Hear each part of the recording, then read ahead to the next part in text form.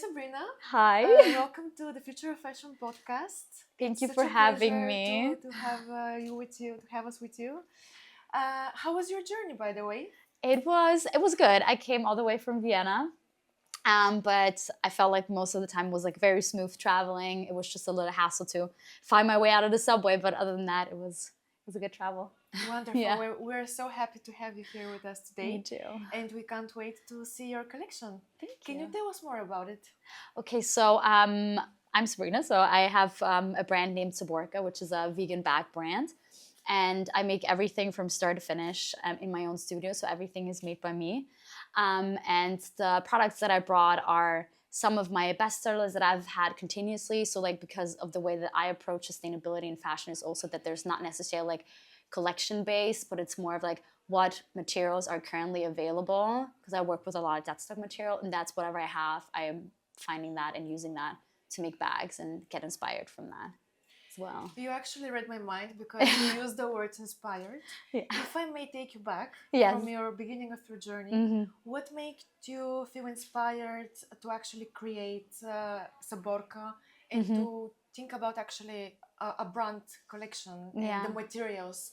What actually was the feel that made you seek for authenticity and different type of diversity? Yeah. So I actually went to fashion school. So I'm a learned seamstress. So I knew how to make clothing. But you know, like we all have different bodies, different needs. And I felt like if you have like one beautiful design, it might not fit everybody. And you will have to potentially make either compromises or potentially even exclude somebody if you're a small brand.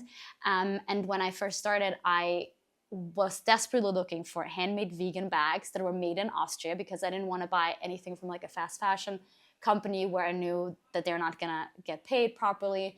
And back then, nobody wanted to really work with full leather in Austria because it was looked down upon in a way. And plus, I feel like with bags, it's much easier to actually make it fit your lifestyle and your body size and your needs because you can adapt it much faster so that it's more kind of customized and tailored in a way. Thank you so Yeah. much. So, what is actually your opinion about sustainability and how Yeah. do you think the industry has shifted from past years? Do you see Yeah. positive change or you feel like we're still in stagnation?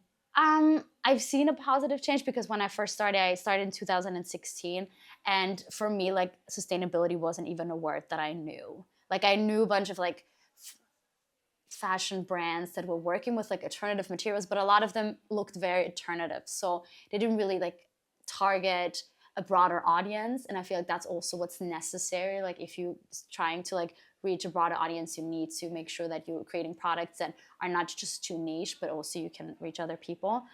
And now I just lost my train of thought. That's just what happens. Where was we? Where were we? If I may support you on that, actually, Yes, I'm because sorry. I'm we just talk about blanking right now. sustainability, we talk about inclusion and diversity, Yeah. and we will be part of this amazing show, which Yeah. we'll be seeing in cooperation, obviously, with your collection, with many other talented models and designers. How is Saborka mission and vision aligning with today's Bullock Inclusion fashion show? So I feel like that also kind of ties back into the question that I remembered. So especially when it comes to sustainability, I feel like a lot of times we only focus on like one part of it, like what makes a product sustainable and ethical, etc. So a lot of times we only look at the material that we're using and everything else doesn't matter. And for me, from the beginning, it was important to create products that were not only good for the environment, but also kept the people that were making it in mind and also animals and nature in general. And I feel like it kind of ties in very well with the mission here, is that we want to create an idea of sustainability that is very much inclusive of various different needs that people have, because we want to create something that has longevity, that people will use, and that will be of benefit to the majority of people. And so if you want to create a more sustainable fashion, we need to like incorporate more things that and look beyond just a product, but how do we create a product that impacts people in a positive way in the long run? Yeah. Thank you for this. I think this was very insightful message, and it's true actually, because fashion and sustainability, they come hand in hand, and they can be considered in broader spectrum. Yeah. So I think your clothing brand is really aligning with today's fashion show, and we can't wait to see I'm really see it. excited to showcase it as well. And if I may just conclude our conversation, Yeah. can you please tell me a message that you want to give to the audience when it comes to sustainability and inclusivity and all these emerging designers when they're just trying to make themselves visible? Yeah. What would you advise them? I feel like just don't give up, because I feel like sometimes there are a bunch of like stones like in the road and they kind of like stop you from feeling like you're on the right path. But a lot of times it's just because the industry isn't built to accommodate a lot of people. That should not stop you from like still wanting to enter certain spaces, especially when it comes to the term of sustainability. And certain things just take time, especially if you want to like completely help redo an entire system that has been doing so much harm for decades. And I feel like the more the merrier. I feel like more people should join into the movement and just help take part in it, even if that might be through your own product or just as a consumer being more thoughtful, and even also allowing yourself to have autonomy and saying, I have the right to ask questions. Where my product's made from, like which community do they serve, and how can I best support them in whatever way I can. So And I think that's very important because this is from where I think the emerging designers are starting to ask these questions more and more. They're spreading them across the society, and I think this is how the audience it's now reflecting, because with the big brands usually this type of questions have been bottle up in a way, they haven't been discussed on the surface. Would you agree this is for sure? And I feel like that also ties in because I'm also working with a lot of companies that are currently developing new materials, especially in the vegan space, and I feel like they have to jump through a lot more hoops in order to prove themselves and prove their worthiness in the market.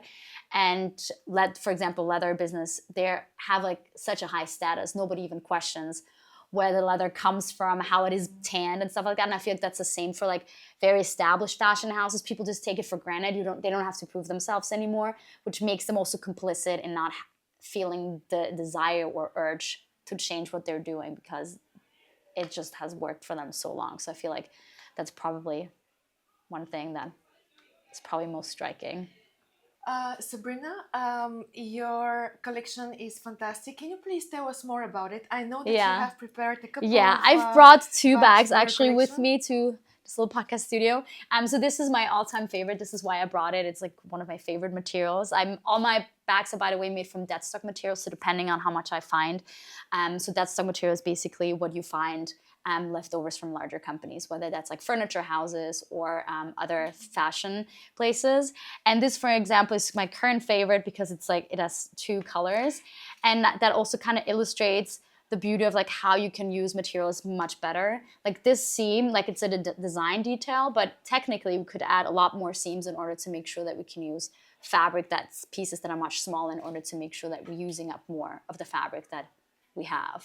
They look great, and I can see they're in different styles, so they will definitely fit different type of personas. Yes. And if I may note, the colors are very bold. Yeah. The mixture of pink and red, it's very trendy at the moment. So well done for actually thinking about how you can mix a contrast of colors. Yeah, thank you. Because they're very, very trendy. So well done. And I would like to buy one of your bags for sure. Perfect. I would love to see you with one. You should get one for the show, so you can just wear it all night and then just. Yeah. Thank you so much for showing your bags, and we look forward to see them in motion. Awesome. Thank you so much. Thank you again.